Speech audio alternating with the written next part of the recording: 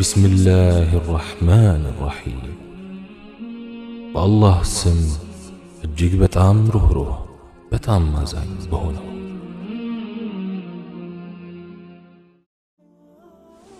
إن الحمد لله نحمده ونستعينه ونستغفره ምስጋና ለአላህ የተገባ ነው እና መሰግነዋለን። አላህ ሆይ እገዛህን እንፈልጋለን፣ ምህረትህንም እንፈልጋለን። ከነፍሳችን ተንኮልና ከመጥፎ ሥራችንም ባንተ እንጠበቃለን።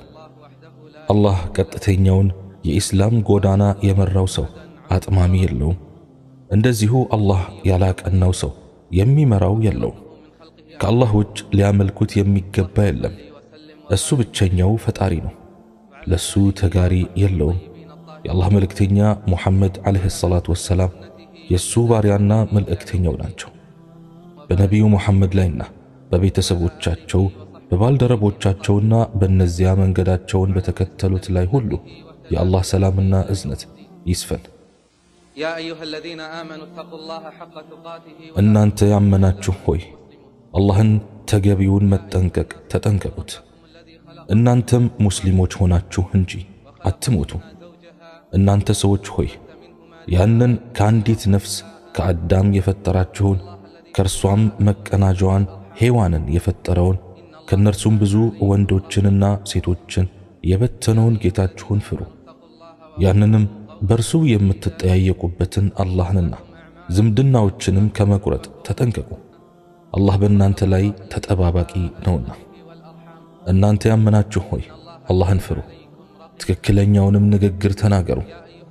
ሥራዎቻችሁን ለእናንተ ያበጅላችኋልና ኃጢአቶቻችሁንም ለእናንተ ይምርላችኋል።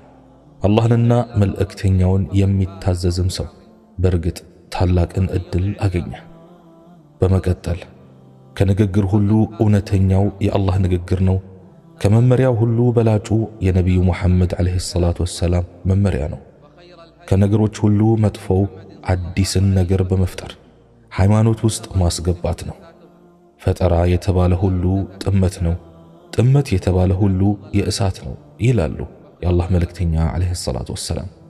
እዚህ የተገኛችሁ ወንድሞቼ እንዲሁም የምታዳምጡኝ የተወደዳችሁ ወንድምና እህቶቼ የአላህ ሰላምና እዝነት በእናንተ ላይ ይስፈን። አላህ ስብሓንሁ ወተዓላ እንዲህ በማለት ወደሱ እንድንመለስ አዞናል። ምእመናኖች ሆይ ትድኑ ዘንድ ሁላችሁም ወደ አላህ በመመለስ ተጸጸቱ። እንደሚቀበልም እንዲህ በማለት ቃል ገብቷል። እርሱም የአከባሮቹ ንስሐን የሚቀበል። አዛኙ ጌታም የተስፋን በር በመክፈት እንዲህ አለ፣ ከአላህም እዝነት ተስፋ አትቁረጡ።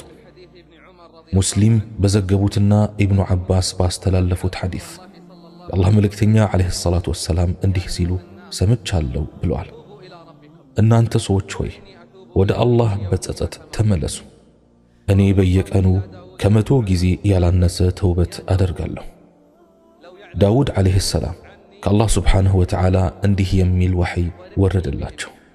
አንተ ዳውድ ሆይ ከኔ የዞሩን ሰዎች እስኪመለሱ እንዴት እንደምጠብቃቸው፣ እንዴት እንደምራራላቸው፣ ኃጢአት መስራታቸውን እንዲያቆሙ ያለኝን ናፍቆት ቢያውቁት ኖሮ እኔን ለማግኘት በሚያድርባቸው ናፍቆት ምክንያት ይሞቱ ነበር።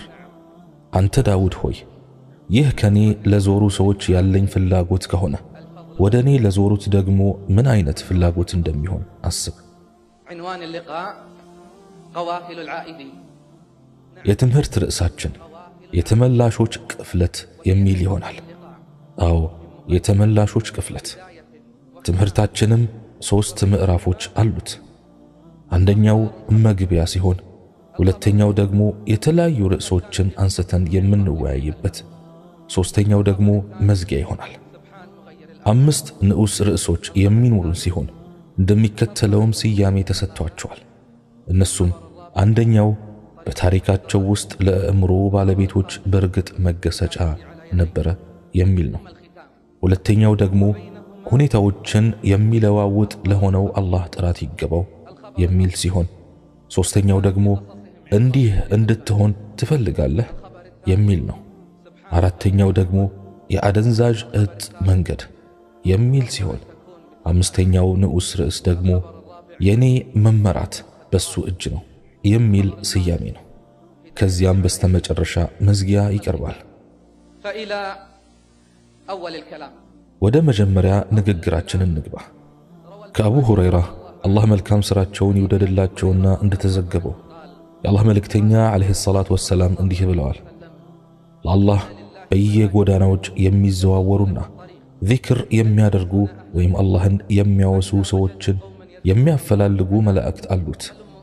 አላህን የሚያወሱ ሰዎችን ያገኙ እንደሆነ ይጠራሩና ፍጠኑ ወደ ጉዳያችሁ ይባባላሉ። እስከ ቅርቢቱ ሰማይ ድረስም ያካብቧቸዋል። ጌታቸው አላህም የሚያውቅ ሆኖ ሳለ ባሮቼ ምን ይላሉ ይላቸዋል። እነሱም ይቀድሱሃል፣ ያተልቁሃል፣ ያመሰግኑሃል፣ ያከብሩሃል ይላሉ። فيقول جل في علاه هل رأوني እሱም አይተውኛል ይላቸዋል። ወላሂ አላዩህም ይሉታል። ቢያዩኝ እንዴት ሊሆኑ ነው ይላቸዋል። ቢያዩህማ ከዚህ በበለጠ መልኩ ይገዙህ ነበር፣ እጅግም ያከብሩህ፣ በብዛትም ያወድሱህና ያጠሩህ ነበር። አላህ ስብሓንሁ ወተዓላ እሱን የማየት ደስታ አይንፈገን። ምንድነው የሚለምኑኝ ይላቸዋል። ጀነት ነው የሚለምኑህ ይላሉ። አይተዋታል? አላዩዋትም ወላሂ ጌታችን ሆይ ይሉታል። ቢያዩዋትስ እንዴት ይሆን ነበር ይላቸዋል። ቢያዩዋትማ እሷን ለማግኘት በጣም ይጓጉ፣ በርትተው ይፈልጓትም፣ እጅግም ይከጅሏት ነበር ይሉታል። ከምንድነው ጥበቃ የሚፈልጉት ይላቸዋል። ከጀሃነም እሳት ነው በአንተ የሚጠበቁት። አይተዋታል ይላቸዋል። ወላሂ አላዩዋትም። ቢያዩዋት እንዴት ይሆኑ ነበር ይላቸዋል። ቢያዩዋትማ እጅግ ይሸሿት፣ እጅግም ይፈሯት ነበር። አላህ ሆይ ከእሳት ጠብቀን፣ አላህ ሆይ ከእሳት ጠብቀን። እሱም እናንተ መስካሪዎች ሁኑ፣ እኔ ለነሱ ምህረት አድርጌያለሁ ይላል። ከመላእክቶች የሆነ አንዱ መላእክት እገሌ የሚባል እኮ ከነሱ አይደለም፣ ለራሱ ጉዳይ ነው የመጣው፣ እሱም ከነሱ የተቀማመጠ እድለቢስ አይሆንም ይላል። አዎ እዚህ የተገኛችሁት ብስራት ይሁናችሁ፣ ጌታችሁ መሐሪ አዛኝ ነውና። ይህን ውብ የአላህን ጥሪ ስማ። እውነተኛ ምእመናን እኔን ለማግኘት ካላቸው ናፍቆት ይበልጥ እኔ ለነሱ ያለኝ ናፍቆት ይበልጣል። እኔን የፈለገ ያገኘኛል፣ ከኔ ሌላ የፈለገ አያገኘኝም። ወደ እኔ መጥቶ ያልተቀበልኩት ማን አለ? የኔን በር አንኳኩቶ ያልከፈትኩለት ማን አለ? በእኔ ላይ ተመክቶ በቂ ያልሆንኩለት ማን አለ? ለምኖኝ ያልመለስኩለት ማን አለ? ጠይቆኝ ያልሰጠሁት ማን አለ? እኔን ያስታወሱ ማስታወሴ ተገባቸው፣ እኔን ያመሰገኑ ጭማሬን ተገባቸው፣ እኔን የታዘዙ ቸርነቴ ተገባቸው፣ እኔን ያመጡ ከእዝነቴ ተስፋ አላስቆረጣቸውም። ወደ እኔ ከተመለሱ ወዳጃቸው ነኝ፣ ካልተመለሱ ሐኪማቸው ነኝ። ከስህተታቸው ለማንጻት በመከራ እፈትናቸዋለሁ። ወደ እኔ የመጣን ከሩቅ እቀበለዋለሁ፣ ከኔም የዞረ ከቅርብ ሆኜ እጠራዋለሁ። ለኔም ብሎ የተወ ጨምሬ እሰጠዋለሁ። ተመላሾች ሆይ አላህ እናንተን በመውደዱ ደስ ይበላችሁ። አላህ ከኃጢአት ተመላሾችንና ተጠራሪዎችንም ይወዳል። እሱም ብቻ አመስግን፣ እሱም ብቻ አወድስ። እንዲህም በል አላህ ሆይ አንተ ጌታዬ ነህ፣ ከአንተ ሌላ አምላክ የለም። እኔ አንተ የፈጠርከኝ ባሪያህ ነኝ። በቻልኩት ያህል በቃል ኪዳንህና በተስፋህ ስር ነኝ። ከፈጸምኳቸው ክፋቶች ሁሉ በአንተ እጠበቃለሁ። በእኔ ላይ የዋልክልኝ ጸጋዎች አምናለሁ። ኃጢአተኛ መሆኔንም አምኛለሁ። ኃጢአትን ካንተ ውጭ የሚምር የለምና እባክህ ማረኝ። قل أنا الميت الذي أحييته እንዲህም በል እኔ ነኝ ያ ሕያው ያደረግከው ሟች፣ ለዚህም ምስጋና ይገባህ። እኔ ነኝ ያ ጠንካራ ያደረግከው ደካማ፣ ለዚህም ምስጋና ይገባህ። እኔ ነኝ ያ ያሳደግከው ሕፃን፣ ለዚህም ምስጋና ይገባህ። እኔ ነኝ ያ ሀብታም ያደረግከው ድሃ፣ ለዚህም ምስጋና ይገባህ። እኔ ነኝ ያ ጠማማ የነበርኩት ከዛ የመራኸው ለዚህም ምስጋና ይገባህ።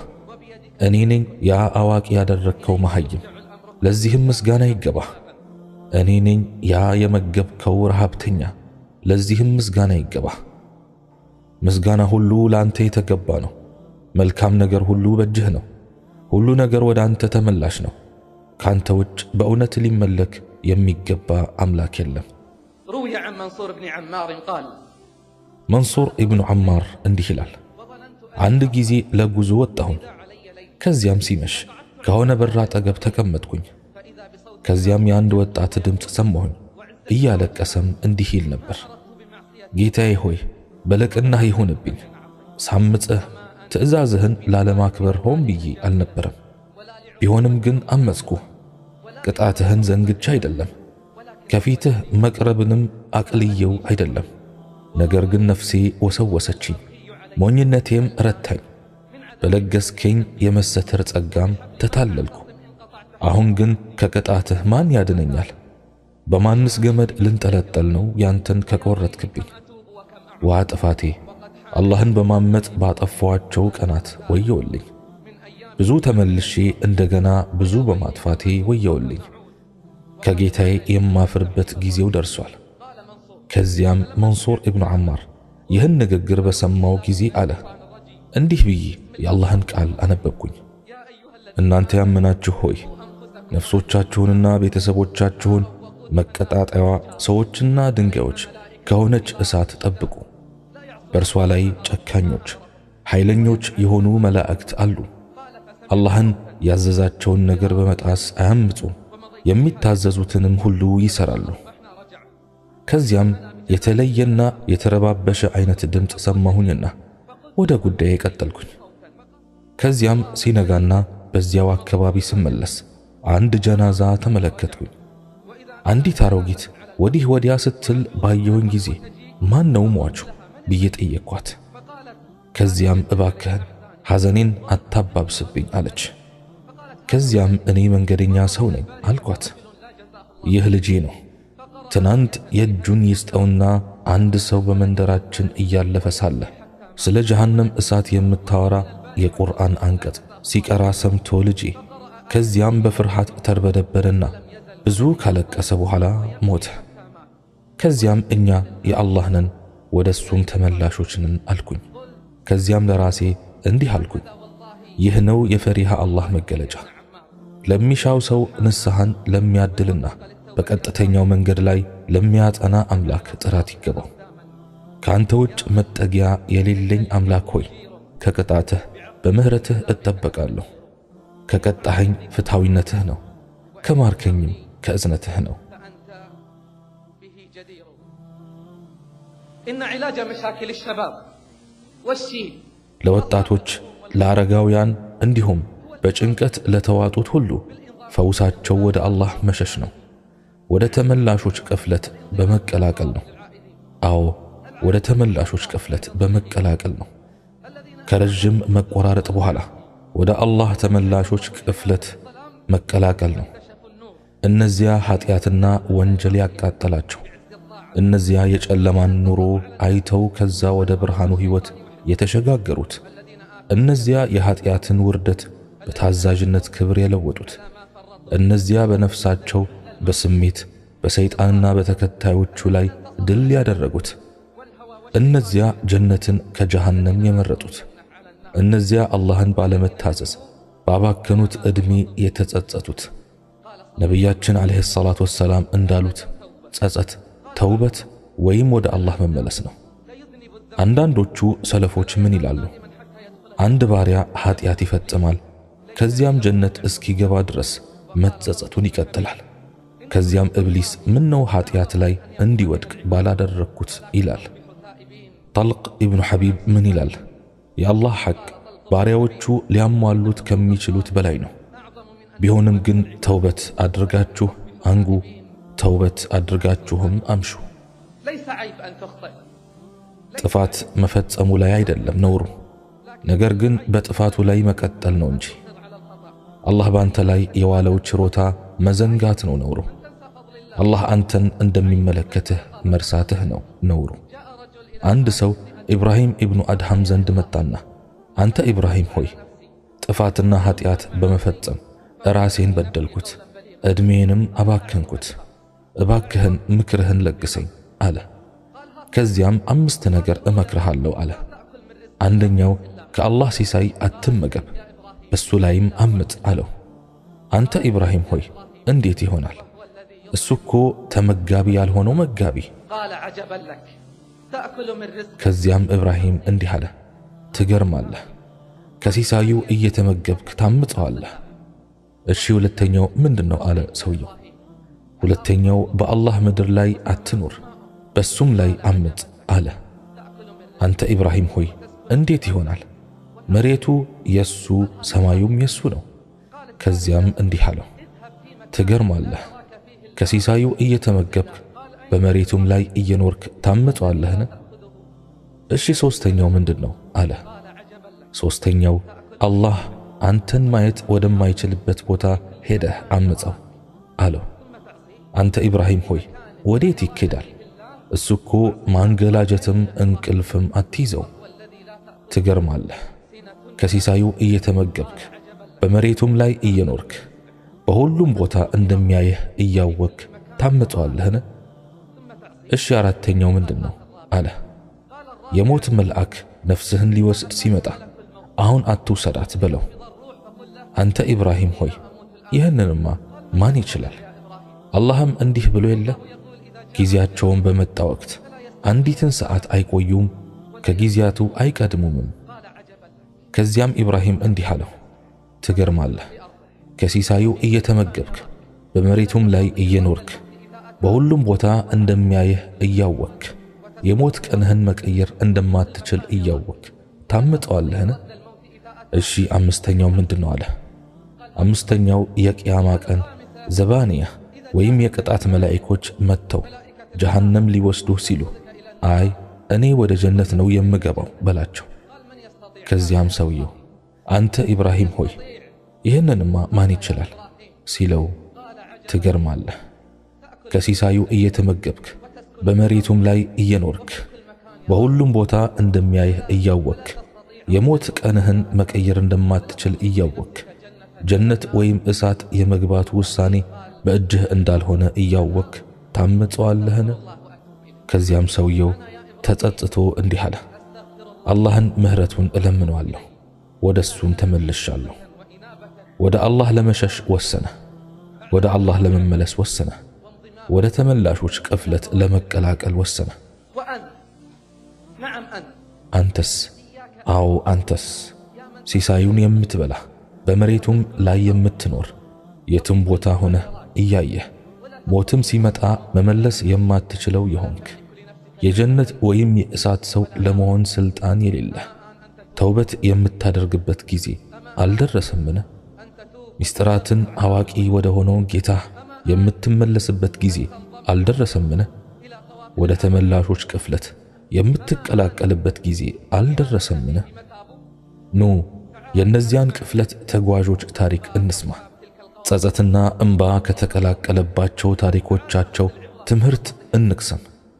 በርካታ መገሰጫዎችን ያዘሉ ታሪኮች፣ በብዙ ነገር የተፈተኑ ተመላሾች፣ በአስካሪ መጠጥ፣ በአደንዛዥ እጽ፣ በሴቶች በብዙ ጥፋት ላይ ከተዘፈቁ በኋላ ወደ አላህ በመመለስ የዳኑ የታሪክ ባልተቤቶች።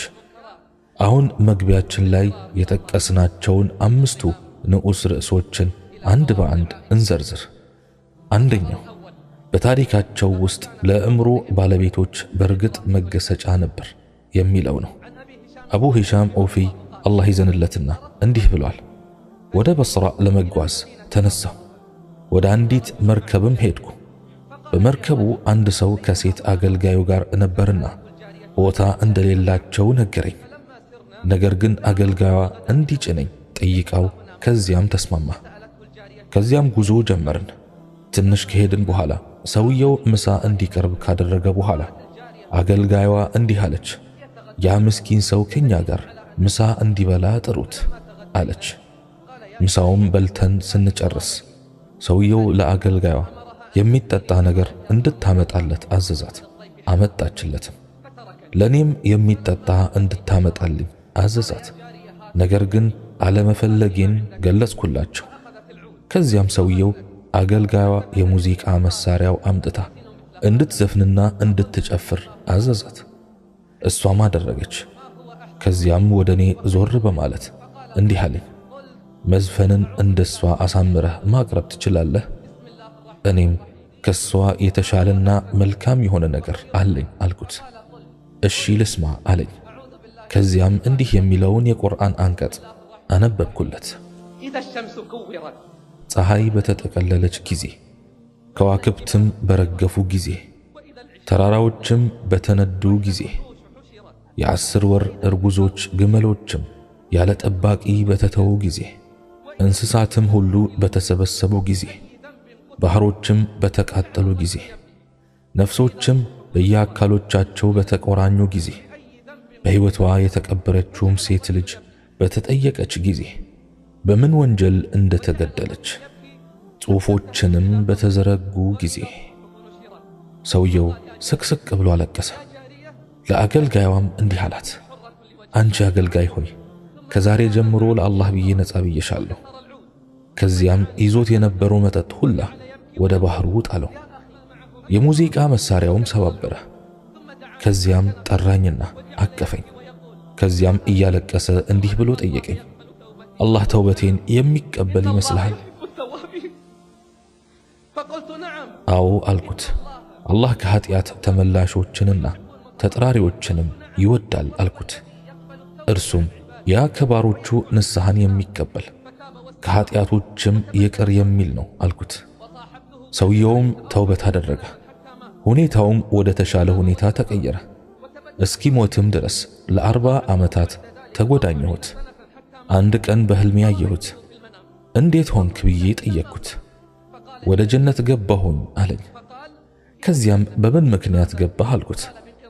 ጽሑፎቹንም በተዘረጉ ጊዜ የሚለውን የቁርአን አንቀጽ ስታነብልኝ በተፈጠረው ነገር አለኝ። ሱብሓነላህ ወገኖቼ፣ ጽሑፎችንም በተዘረጉ ጊዜ ምን ይገጥመን ይሆን? ሰማይም በተገሸለጠች ጊዜ፣ ገሃነምም በተነደደች ጊዜ፣ ገነትም በተቀረበች ጊዜ ነፍስ ሁሉ ከሥራ ያቀረበችውን ታውቃለች። ላኢላሃ ኢላላህ። በዚያን ቀን ወደ ሐራም ነገር ተመልክተናል ብለው አይኖች ሲናገሩ፣ ዘፈንና ሐራም ነገር ሁሉ ሰምተናል ብለው ጆሮዎች ሲናገሩ፣ አራጣንና ሐራም ነገር ላይ ተዘርግተናል ብለው እጆች ሲናገሩ፣ ወደ ሐራም ቦታዎች ሄደናል ብለው እግሮች ሲናገሩ፣ እንዴት ይሆን ሁኔታችን? ዛሬ ባፎቻቸው ላይ እናትምና እጆቻቸው ያናግሩናል፣ እግሮቻቸውም ይሰሩት በነበሩት ሁሉ ይመሰክራሉ ይላል አላህ ሱብሓነሁ ወተዓላ።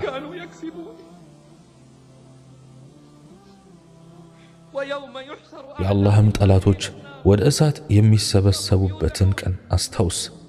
እነርሱም የሚከመከሙ ሆነው ይነዳሉ። በመጧትም ጊዜ ጆሮዎቻቸው፣ አይኖቻቸውና ቆዳዎቻቸውም ይሰሩት በነበሩት ነገር በእነርሱ ላይ ይመሰክሩባቸዋል። ለቆዳዎቻቸውም በእኛ ላይ ለምን መሰከራችሁብን ይላሉ። ያ አንዳችሁን ነገር ሁሉ ያናገረው አላህ አናገረን። እነርሱም በመጀመሪያ ጊዜ ፈጠራችሁ፣ ወደ እርሱም ትመለሳላችሁ ይሏችኋል። ጆሮዎቻችሁ፣ አይኖቻችሁና ቆዳዎቻችሁም በእናንተ ላይ ከመመስከራቸው የምትደበቁ አልነበራችሁም። ግን አላህ ከምትሰሩት ብዙውን አያውቅም ብላችሁ ጠረጠራችሁ። ይህም ያ በጌታችሁ የጠረጠራችሁት ጥርጣሬያችሁ አጠፋችሁ፣ ከከሳሪዎቹም ሆናችሁ ይባላሉ። ቢታገሱም እሳት ለነርሱ መኖሪያቸው ናት። ወደሚወዱት መመለስንም ቢጠይቁ እነርሱ ተቀባይ የሚያገኙ አይደሉም ይላል አላህ ሱብሓነሁ ወተዓላ በተከበረው ቁርአኑ። ወገኖቼ፣ ከተዘጋጀው ቅጣት እንድን ዘንድ ዛሬውኑ የተመላሾችን ቅፍለት በመቀላቀል ወደ አላህ ልንሸሽ ይገባል። ሁለተኛው ንዑስ ርዕስ ሁኔታዎችን የሚለዋውጥ ለሆነው አላህ ጥራት ይገባው የሚል ነው። ተራኪው ምን ይላል? ጓደኛዬ ተቀየረ። አዎ ተቀየረ። መስሚያን የሚያደነቁሩ የነበሩ ጣዕም ያልነበራቸው ሳቆቹ ለስለስ ብለው አይን ወደሚማርኩ ተቀየሩ። ቅጥ ያጡና ገደብ ያልነበራቸው እይታዎቹ ከንጽህና ወደ መነጨ አይናፋርነት ተቀየሩ። የሰውን ቅስም ይሰብሩ የነበሩ ያልተጠኑ ቃላቶቹ ቁም ነገር ያዘሉ ጆሮውን ወደሚማርኩ ተቀየሩ። የገረጣና ደንታቢስነት የሚነበብበት ፊቱ በጢም ተውቦ በኢማን ብርሃን ወደሚያበራ ተቀየረ። አይኔን እሱ ላይ ለረጅም ጊዜ ተክዬ በትኩረት ማየቴን አስተዋልና ምን መጠየቅ እንደምፈልግ አወቀ። እንዲህም አለኝ፣ ምን እንዳስቀየረኝ ማወቅ የምትፈልግ ትመስላለህ? አዎ በርግጥ እሱን ነበር መጠየቅ የፈለግኩት። ምክንያቱም ከዓመታት በፊት ለመጨረሻ ጊዜ ሳየህ የነበረህ መልክና አሁን ያለህ መልክ በጣም ተቀያይሯል። በረጅሙ ተነፈሰና ሁኔታዎችን የሚለዋውጥ ለሆነው አላህ ጥራት ይገባው አለ። ከዚያም እርግጠኛ ነኝ የሆነ ታሪክማ ይኖረዋል ለውጥህ። አዎ አለ። የሆነ ጊዜ በባህር ዳርቻ መንገድ ላይ መኪናዬን በማሽከርከር ላይ ሳለሁ ከየት እንደመጣ የማይታወቅ ልጅ በመንገዴ ላይ ገብቶ እሱን ከአደጋ ለማትረፍ በወሰድኩት እርምጃ መኪናዬ መንገዱን ስታ ወደ ባህሩ ገባች። በፍጥነት መስመጥም ጀመረች። ውሃውም መኪናዬ ውስጥ እየገባ እየሞላው ነው። መተንፈሻ አየር ላጣ ሆነ። በሩን ለመክፈት ብጥርም አልከፈትም አለ። ይህን ጊዜ ነበር እንደምሞት የታወቀኝ። በሰከንዶች ውስጥ የሕይወቴን መጥፎ ምዕራፎች ብልጭ አሉብኝ። ያሳለፍኳቸው ኃጢአቶች ድቅና አሉብኝ። ውሃው ሊውጠኝ የመጣ አውሬ መስሎ ታየኝ። ጨለማው በጣም ያስፈራ ነበር። ከዚያም ድምፅ አልባ በሆነ መልኩ ያ ረብ ብዬ ጮህኩኝ። ያ ረብ! ወንጀሎቼ ይበልጥ ያጨናነቁኝ ይዘዋል። ውሃውም ይበልጥ ተስፋዬን እየዋጠው ሄደ። እስትግፋሩን ተያያዝኩት። የአላህን ምህረት ከጀልኩ። ነገር ግን ተስፋዬ እየጨለመ ሲመጣ ሸሃዳዬን ያዝኩ። ከዚያም አንድ ነገር ድንገት ትዝ አለኝ። የመኪናዬ አንዱ መስታወት ከቀናት በፊት በሆነ አደጋ ምክንያት መሰበሩን ትዝ አለኝ። ከዚያም ፈጥኜ በመውጣት ሰዎች ከዳር ሆነው ሲጮሁ ተመለከትኩኝ። ባዩኝም ጊዜ ሁለት ሰዎች ፈጥነው ከውሃው ጎትተው አስወጡኝ። ከባህሩ ዳርቻው ላይ ቆሜ በድንጋጤ አብሰለስላለሁ። ከጥቂት ሰከንዶች በፊት ባህሩ ውስጥ ባለችው መኪና ውስጥ ነበርኩ። ልሞት ነው ብዬ ተስፋ ቆርጬ ነበር። አሁን ግን ከሰዎች መሃል በሕይወት አለሁ። እንደ አዲስ የተፈጠርኩ ያህል ነው የተሰማኝ። የወጣሁበትን ቦታ መልሼ ስመለከተው ጨነቀኝ። ምክንያቱም ያለፈው ታሪኬን የቀበርኩበት ቦታ ሆኗል። ከቦታው በፍጥነት ተሰወርኩኝ። ወደ ቤቴም ሄድኩ። አዎ ሌላ ሰው ሆኜ ወደ ቤቴ ገባሁኝ። እንደ ገባሁኝ ለመጀመሪያ አይኔ ላይ ያረፈው ግድግዳ ላይ የተለጠፉ የተለያዩ ሴት አርቲስቶች፣ ዘፋኞችና ጨፋሪዎች ፎቶ ነበር። ቀዳድጄ ጣልኳቸው። አልጋይም ላይ ተጋድሜ በቁጭት አለቀስኩ። ለመጀመሪያ ጊዜም ሳለቅስ አላህን ባለመገዛት ባባከንኩት ዕድሜ በጣም ተጸጸትኩኝ። እንባ እንደ ጅረት በጉንጬ ላይ መፍሰስ ጀመረ። ሰውነቴም በፍርሃት ይንቀጠቀጣል። በዚያች ቅጽበት የሆነ ድምፅ ሰማሁኝ። ሁሌም ስሰማው ችላ እለው የነበረው የአዛን ድምፅ ሰማሁ። ከዚያም ውዱእ አድርጌ ወደ መስጊድ ሄድኩኝ። ሰላቱንም ሰግጄ ከጨረስኩ በኋላ ወደ አላህ መመለሴን አወጅኩ። ያሳለፍኳቸው ኃጢአቶቼን እንዲምረኝም ቁጭ ብዬ መማፀን ጀመርኩ። ከዚያም ጊዜ ጀምሮ ይኸው ሁኔታዬ እንደምታየው ነው። ከዚያም እኔ ወደ ተመላሾች ቅፍለት በመቀላቀልህ እንኳን ደስ ያለህ አልኩት። አላህ ስብሓንሁ ወተዓላ ምን ይላል? እናንተ ያመናችሁ ሆይ ንጹሕ የሆነችን ጸጸት በመጸጸት ወደ አላህ ተመለሱ። ነቢያችንም ዓለይሂ ሰላቱ ወሰላም እንዲህ ብለዋል፣ ሁሉም የአደም ልጅ ተሳሳች ወይም አጥፊ ነው። ከአጥፊዎቹ ጥሩ የሚባለው በጥፋቱ ተጸጽቶ ወደ ጌታው የተመለሰ ነው።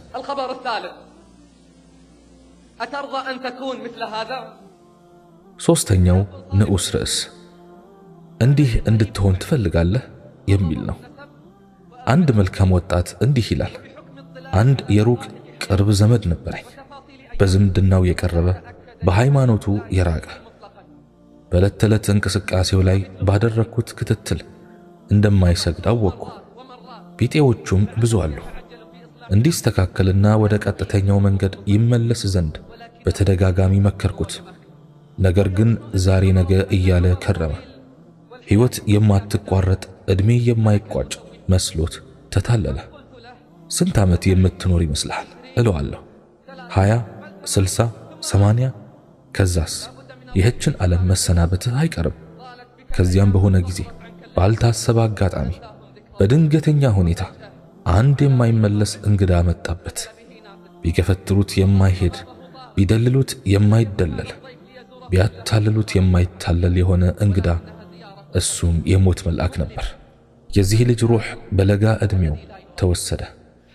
በነበረበት የዓመፅ ሕይወት ላይ እያለ ዕድሜው ተቋጨ። የማያምር ፍጻሜ። ከጀናዛው ትጥበት ከስግደቱና ከቀብሩ ላይ ብዙ ሰው የጠፋበት ልብ ላለው ሰው ትምህርት አዘል ቀን ነበር። ካልተገኙት ሰዎች መካከል እኔ ነበርኩኝ። ሶላት ይሰግዱ ባልነበሩ ሰዎች ላይ እንዳንሰግድባቸው የአላህ ስብሓንሁ ወተዓላና የነቢያችን ዓለይሂ ሰላቱ ወሰላም ክልከላ እያለ እንዴት ልስገድበት? በዚህም ምክንያት በጀናዛው ሽኝትና ስግደት ላይ አልተገኘሁም። ከዚያም ከጥቂት ጊዜ በኋላ ከዘመድ አዝማድ ጋር በአንድ አጋጣሚ ሰብሰብ ብለን ነበር። አብዛኞቹም ስለ ዱንያ እንጂ ስለ ዲን ብዙም ዕውቀት ያልነበራቸው ነበሩ። ልክ አላህ ስብሓንሁ ወተዓላ በቁርአኑ እንደገለጸው ከቅርቢቱ ሕይወት ግልጹን ብቻ ያውቃሉ፣ እነርሱም ከኋለኛይቱ ዓለም እነርሱ ዘንጊዎች ናቸው። ከዚያም ከሰዎቹ መሃል አንዱ ተነሳና ሹፈት ባጀበውና ጮክ ባለ ድምፅ እንዲህ አለኝ፣ ሃይማኖተኛ ነኝ ትላለህ፣ ነገር ግን ዝምድና አልቀጠልክ። በቅርቡ የሞተው ዘመድህን አልሸኘህ፣ አልሰገድክበት ሲል ሁሉም የቁጣ አይኑን እኔ ላይ አሳረፈ። የጥፋተኝነት ጣት ወደ እኔ ይቀስሩ ጀመር። አንዳንዶቹም ሶላት እየሰገድክ ጾም እየጾምክ ዝምድና ትቆርጣለህ እያለ ይተቸኛል። ሁሉም እስኪጨርስ ዝምታን መረጡ። ከዚያም ዝምታ ሲሰፍን ዝምታዬን ሰበርኩ። ሁሉም መስማት በሚችለው ድምፅ መጀመሪያ ለተናገረኝ ሰው እንዲህ አልኩት፣ አንድ ጥያቄ ልጠይቅህ። የመግሪብ ሰላት 4 ረክዓ ብትሰግድ ተቀባይነት አለው? ዝም አለ። በነቀት አይንም እየተመለከተ እጁን ያወዛውዛል። እኔም 3 ደጋግሜ ጠየቅኩት። በስተመጨረሻ እንደማይቻል መለሰልኝ። እኔም ልክ ብለሃል አልኩት። ምክንያቱም ከአላህና ከነቢዩ ዓለይሂ ሰላቱ ወሰላም ትእዛዝ ውጭ ስለሆነ በሟቹ ዘመዳችንም ያደረግኩት ይሆነው የአላህና የነቢዩ ዓለይሂ ሰላቱ ወሰላም ትእዛዝ ነው። በሕይወት እያለ የማይሰግድ የነበረ ሰው ሲሞት እንዳንሰግድበት የአላህና የነቢዩ ዓለይሂ ሰላቱ ወሰላም ትእዛዝ ነው። ስለዚህ የእናንተን ወሬ ልስማ ወይስ የአላህና የነቢዩን ዓለይሂ ሰላቱ ወሰላም ትእዛዝ? ከዚያም ዝምታ ሰፈነ። ሁሉም እውነታው ገባቸው።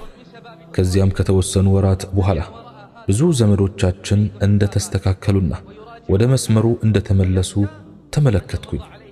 የዚህን ወጣት ሞት ለብዙዎቹ መነቃቃትንና ወደ ቀልብ የመመለስ ሁኔታ ፈጠረባቸው። ለአላህ ስብሓንሁ ወተዓላ ምስጋና ይገባው።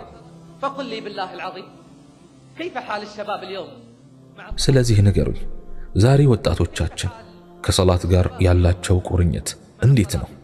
የሚያሳዝን ሁኔታ ነው በእውነቱ ከሆነ። አንዳንዶቹ ምንም የማይሰግዱ አሉ። አንዳንዶቹ ሲፈልጉ ይሰግዳሉ፣ ሲፈልጉ ያዘገያሉ፣ ሲፈልጉም ሙሉ ለሙሉ ይዘናጋሉ። አላህ ስብሓንሁ ወተዓላ እንዲህ ማለቱንስ ያስታውሱ ይሆን? እነዚያ እነርሱ ተቀስቃሾች መሆናቸውን አያውቁምን? በታላቁ ቀን ሰዎች ሁሉ ለዓለማት ጌታ ፍርድ በሚቆሙበት ቀን ተቀስቃሾች መሆናቸውን ከሰጋጆች ጋር ቆመው የሚሰግዱበትና ወደ ተመላሾች ቅፍለት የሚቀላቀሉበት ጊዜው አልደረሰምን? አራተኛው ንዑስ ርዕስ ደግሞ የአደንዛዥ እጽ ዓለም የሚል ነው። ብዙ ወጣቶች የተዘፈቁበት ዓለም ነው አላህ ካዘነላቸው ውጭ። አንድ ወጣት እንዲህ ብሎ ታሪኩን ይጀምራል። የሁለተኛ ደረጃ ትምህርቴን አጠናቅቄ በአንድ ኩባንያ ተቀጥሬ እሰራ ነበር። ከሥራ ገበታዬ በርካታ ጊዜ በመቅረቴና በዲሲፕሊን እጦት ምክንያት ተባረርኩ። ከዚያ በኋላ በተለያዩ የሙያ ዘርፎች ላይ ሰራሁኝ። የራሴ ገንዘብ ማጠራቀምም ቻልኩኝ።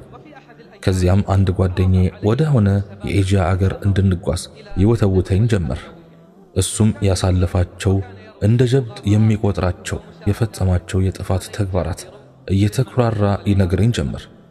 ከዚያም ከብዙ ውስወሳ በኋላ በሐሳቡ ተስማማሁኝ። እሱ የትኬቶቹን ወጪ ሊሸፍን፣ እኔ ደግሞ የተቀረውን ወጪ ልሸፍንም ተስማማን። ተጓዝንም። ብዙ ወጣቶችንም ተመለከትኩኝ።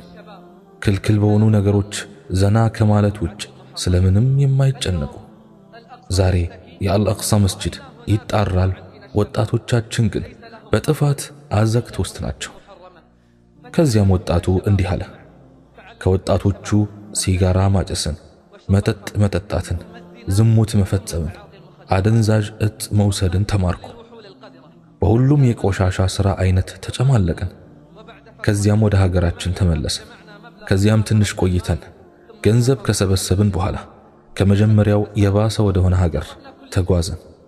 ከዚያም አንድ ቀን አንዱ ጓደኛዬ አደንዛዥ እጽ አልሰጠህም ብሎ ከለከለኝ። ወደ ውጭም ወጥቼ ከአከፋፋዮቹ ለመግዛት ተነጋገርኩኝ። ወደ ቤታቸው እንድሄድም ጠይቀውኝ ሄድኩኝ። ከዚያም በርካታ አይነት አደንዛዥ እጾችን አማረጡኝ። አንዳንዶቹም ምን እንደሆኑና ምን አይነት ስሜት እንዳላቸው አላውቅም ነበር። ከዚያም አደንዛዥ እጾችንና መጠጡን ከተጠቀምኩኝ በኋላ ገንዘብ አስከፍሎኝ ቀጣዩ ወዳለው የዝሙት ክፍል እንድገባ አደረጉኝ። እኔም ራሴን መቆጣጠር የምችልበት ሁኔታ ላይ አልነበርኩምና ዝሙት ፈጸምኩ። ከዚያም ከጥቂት ቀናት በኋላ ተመለስን። ሕይወቴንም መግፋት ጀመርኩ። ነገር ግን የአደንዛዥ እጽ መንፈስ በየሄድኩበት ይከተለኝ ጀመር። አንዳንዶቹም ወደ ሆስፒታል ሄጄ ሕክምና እንዳደርግ መከሩኝ። እኔም ቃል ገባሁላቸው፣ ነገር ግን አልሄድኩም። ከዚያም የሕይወቴ አንዱ አካል እስኪሆን ድረስ ወደዚያ ወደ ርካሹ ዓለም ጉዞዬን አከታተልኩት። ገንዘቡም ያልቅ ጀመር። ወደ ስርቆት ዓለምም ገባሁኝ። የማጭበርበር ሥራም ተጣበቅኩበት። ከዚያም አንድ ቀን የህመም እክል ገጠመኝ። ፈውስ ፍለጋም ወደ ጤና ማዕከሉ ሄድኩኝ። የደም ምርመራም አድርጌ አስደንጋጭ የሆነ ውጤት ነገሩኝ። የኤችአይቪ ቫይረስ ደሜ ውስጥ እንዳለ ነገሩኝ። ከዚያም ሁሉ ነገር ጨለመብኝ። ዋ ጥፋቴ አልኩኝ። እነዚያ ሁሉ ደስታዎች በነኑ፣ ብርሃኑም ጨለመብኝ። ቁጭትና ጸጸት እንጂ ሌላ ምንም አላተረፍኩም። ዋ ጥፋቴ! ምንም ጥቅም ባላገኘሁባቸው ጓደኞቼ ተታለልኩኝ። ምልጃ ሊሆኑን በማይችሉ ርካሾች ተሸወድኩ። በባከኑብኝ ቀናት ዋ ጥፋቴ! ለሶላት፣ ለዘካት፣ ለጾም አላህን በመታዘዝ ባልተጠቀምኩበት ዕድሜ ዋ ጥፋቴ! ወደ ሞት በፍጥነት እየሄድኩኝ ብሆንም ግን አሁን ነቅቻለሁ፣ ወደ አላህም ተመልሻለሁ። ለወጣቶቹም የምመክራቸው ነገር ቢኖር ከወንጀል ዓለም ራቁ። ከአደንዛዥ እጽ፣ ከአስካሪ መጠጥ፣ ከዝሙትና ከመሳሰሉት አጥፊ ሥራዎች ራቁ። ወላሂ ምንም አይጠቅሟችሁም። ከመጥፎ ጓደኞችም ራቁ። በዚሁም እሰናበታችኋለሁ። ምናልባትም እነዚህን ቃላቶቼ የምታነቧቸው ወይም የምትሰሟቸው ወደ አፈር ከገባሁኝ በኋላም ሊሆን ስለሚችል አላህ እንዲያዝንልኝ ዱዓ አድርጉልኝ።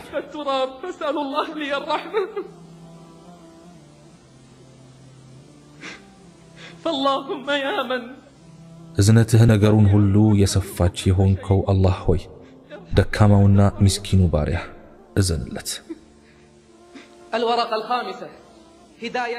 አምስተኛው ንዑስ ርዕስ ደግሞ የኔ መመራት በሱ እጅ ነው የሚል ነው። ወጣቱ እንዲህ ብሎ ታሪኩን ይጀምራል።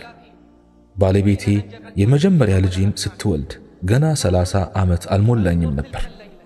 ያችን ሌሊት ሁሌም አስታውሳታለሁ። ከጓደኞቼ ጋር በአንድ ቦታ ተሰብስበን እያመሸን ነበር። በኃጢአት የታጨቀ ምሽት ነበር። የሰዎችን ድምፅ የማስመሰል ብቃቱ ስለነበረኝ እያሳኩኝ አዝናናቸው ነበር። የሰዎችን ድምፅ በማስመሰል አሾፍባቸው ነበር።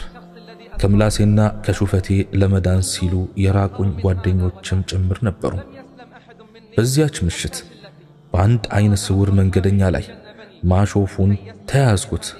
ከዚህም አልፎ እግሬን ዘርግቼ ለመውደቁ ሰበብ ሆንኩኝ። ሳኩበት፣ ሌሎቹንም አሳኩበት። ከዚያም ጨርሰን ወደ የቤቶቻችን ሄድን። ቤት ስገባ በጣም መሽቶ ነበር። ባለቤቴም ተጨናንቃና ተደናግጣ ስትጠብቀኝ ነበር። የት ነበርክ አንተ ራሽድ ሆይ ብላ ስትጠይቀኝ ማርስ ነበርኩኝ ብዬ አፌስኩባት። የት ሆናለሁ? ጓደኞቼ ጋር ነበርኩኝ አልኳት መልሼ። ከዚያም እርግዝናው እያደከመኝ ነው፣ የመውለጃ ጊዜ እየተቃረበ ነው መሰለኝ አለች እንባዋ እየፈሰሰ። እኔም ተሰማኝ። ከጓደኞቼ ጋር የማመሽባቸውን ሌሊቶች መቀነስ እንደነበረብኝ ተሰማኝ። ቢሆንም ግን ምንም ለውጥ አላሳየሁም። ከዚያም ቀኑ ደርሶ ሆስፒታል ገብታ ከስንት ስቃይ በኋላ ልጄን ወለደች። እኔ በሰዓቱ እዛው አልነበርኩም። ልጁ ሲወለድ ደውለው እንዲያሳውቁኝ ነግሬያቸው ስለነበር ደውለው ብስራቱን ነገሩኝ። ሆስፒታል ከደረስኩኝ በኋላ ሐኪሟን እንዳናግር ጠየቁኝ። እኔ ልጄን ማየት ነው የምፈልገው ብላቸው ሐኪሟን ማናገር እንዳለብኝ አሁንም ነገሩኝ። ከዚያም ሐኪሟን ሳነጋግር ልጄ አይነ ስውር ሆኖ እንደተወለደ ነገረች። በሰዓቱ ያ ያደናቀፍኩት አይነ ስውሩ ሰውዬ ነበር ትዝ ያለኝ። የእጄን ነው ያገኘሁት ብዬ ራሴን ወቀስኩ። ባለቤቴ ግን ኢማነ ጠንካራ ስለነበረች አላህ የጻፈው ነው ብላ አምና ተቀበለች። ብዙም ጊዜ በሰዎች ላይ የማደርገውን የመቀለድና የማሾፍ ተግባር እንዳቆም ብትነግረኝም ጆሮዬን ነፈኳት። ይኸው ምንዳዬን አገኘሁ። ቢሆንም ግን አሁንም ሐቁን በአግባብ መጠበቅ አልቻልኩም። ባለቀሰ ቁጥር ጥዬው ወደ ሳሎን ቤት ሄዳለሁ። ባለቤቴ ነበረች በፍቅር ተንከባክባ ስታሳድገው የነበረችው። ባልጠላውም ነገር ግን የሚገባውን የአባታዊ ፍቅር መስጠት ተሳነኝ። 2 ዓመት ሲሞላው አንካሳ መሆኑን ተረዳን። ይባስ መራቅ ጀመርኩ። ባለቤቴም ይበልጥ ተወደውና ትንከባከበው ያዘች። 2ኛ 3ኛ ልጅም ቢመጣም ለሱ የነበረኝ አመለካከት ያው ነበር። እኔም ጥመቱ ባሰብኝ። በየቀኑ ከጓደኞቼ ጋር የማሳልፈው ጊዜ ጨመረ። እየቀለድኩኝ የምጫወትባቸው እንጂ በራሴ ላይ እየተጫወትኩ መሆኔን ገና አልገባኝም ነበር። ሚስቴም ተስፋ አልቆረጠችብኝም ነበር። እንድስተካከልም ሁሌ ትጸልይልኝ ነበር። ሳሊምም አደገ። በአንድ የአካል ጉዳተኛ ልዩ ትምህርት ቤት እንዲገባም አደረግነው። ቀናት፣ ወራት፣ ዓመታት ሲነጉዱ ምንም አይታወቀኝም ነበር። አኗኗሬ ያው ነበር። ውሎዬ አልተቀየረም። መብላት፣ መጠጣት፣ ከጓደኞቼ ጋር ማምሸት ነበር ሕይወቴ። ቀኗ ደረሰች። ያቺ የሕይወቴ መስመር ሙሉ በሙሉ የተቀየረችባት ቀን። ዕለቱ ጁምዓ ነበር። ረፋድ ሰዓት አካባቢ ገላዬን ታጠብኩ።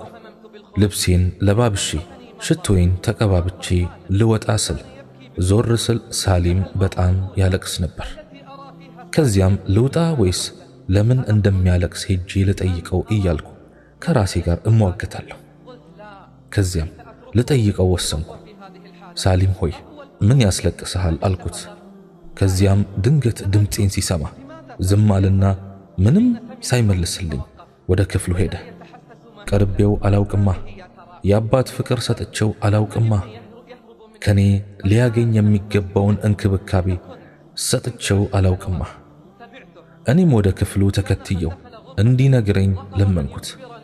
ከዚያም ነገረኝ።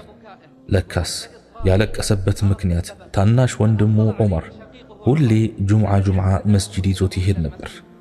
የዚያን ቀን ግን ቆየበትና ሰዓቱ ረፍዶ የመጀመሪያው ሶፍ ላይ ቦታ እንዳያጣ ሰግቶ ነበር ያለቀሰው። ከዚያም አባበልኩትና ዛሬ እኔ ነኝ መስጂድ ይዤህ የሚሄደው አልኩት። በአሽዋፊነቴ ስለምታወቅ የማሾፍበት መስሎት መልሶ አለቀሰ። እውነቴን ነው ብዬ አሳመንኩት። ከዚያም ወጣንና ወደ መኪኔ ላስገባው ስል አባዬ መስጂዱ እኮ ቅርብ ነው፣ በእግር እንሂድ፣ እኔም ከእያንዳንዱ እርምጃ ምንዳን መሰብሰብ እፈልጋለሁ አለኝ። በጣም ተገረምኩኝ። እውነት ለመናገር ደግሞ መስጂድ ከሄድኩኝ በጣም ቆየሁ። ለጌታዬ ለመጨረሻ ጊዜ የሰገድኩበትን ጊዜ አላስታውስም።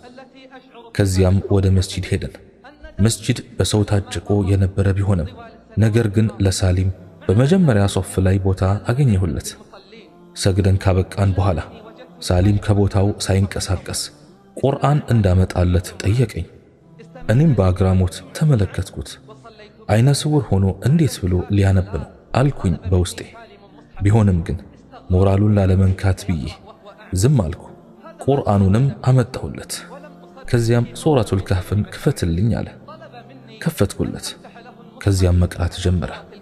ለካስ ምዕራፉን በሙሉ በቃሉ ይዞታል። በራሴ አፈርኩ፣ በጣምም ፈራሁ። ከአላህ በመራቄ ቁርአኑን ባለመቅራቴ በማይረባ ነገር እድሜን በማባከኔ ተቆጨው። እኔም ቁርአን ከፍቼ መቅራት ጀመርኩኝ። ሰውነቴ ተንቀጠቀጠ። ሳላስበው እንባዬ እንደ ጅረት መፍሰስ ጀመረ። እንባዬን ለማበስ ጉንጮቼ ላይ ለስላሳ እጆች አረፉ። የሳሊም እጆች ነበሩ። አባበለኝም። ከዚያም ወደ ቤት ተመለስን። ባለቤቴ ለሳሊም በጣም ስጋት ላይ ነበረች። ነገር ግን አንድ ላይ እንደነበርንና መስገዴን በሰማች ጊዜ በጣም ተደሰተች። ከዚያን ቀን ጀምሮ የጀማዓ ሰላት አልፎኝ አያውቅም። መጥፎ ጓደኞቼን ተውኳቸው።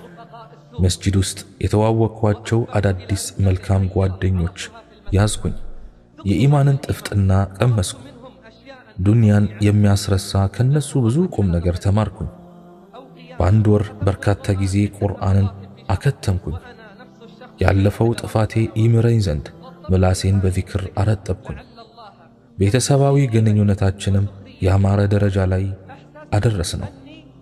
ፈገግታው ከሚስቴ ፊት ላይ አይጠፋም። የሳሊም ፊት በደስታ ያበራል። አንድ ቀን ለዳዕዋ ሥራ ከጓደኞቼ ጋር ወደ አንድ ከተማ የመሄድ ሐሳብ ተነሳ። አመነታው መጀመሪያ ላይ። ነገር ግን ሶላተል ኢስቲኻራን ሰገድኩ። ሚስቴንም አማከርኩ።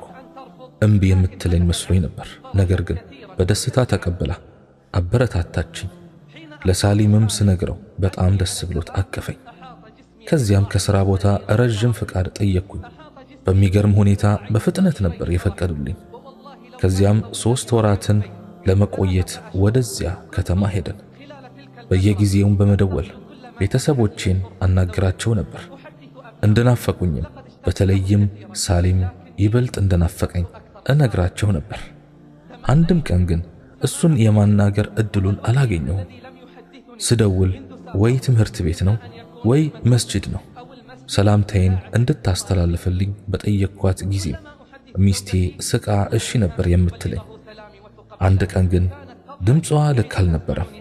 ሳሊምን ሰላም በይልኝ ስላት ስቃ እሺ ትለኝ የነበረው ምንም ሳትስቅ ኢንሻአላህ ብቻ ብላ መለሰችልኝ። ከዚያም በጉጉት ስጠብቃት የነበረችው ቀን ደረሰች። ወደ ቤት የምመለስባትና ቤተሰቦቼን የማገኝባት። ሄድኩ። በሩን አንኳኳ። ሳሊም ይከፍትልኛል ብዬ ነበር የተመኘሁት። 4 ዕድሜ የሞላው ኻሊድ ልጄ ነበር የከፈተልኝ። ስገባ የሆነ ነገር ተጫጫነኝ። አዑዙ ቢላሂ ብዬ ገባሁ። ኻሊድን አቀፍኩት። ባለቤቴም በደስታ ተቀበለችኝ። ቢሆንም ግን እፊቷ ብዙም ልክ አልነበረም። ምን እንደሆነች ጠየቅኳት። ምንም እንዳልሆነች ነገረችኝ። ከዚያም ሳሊም የታል ስላት ፊቷን አቀርቅራ ዝም አለች። ያኔ ነበር ልጄ ኻሊድ ከእምሮዬ የማይጠፋውን ንግግር የተናገረው።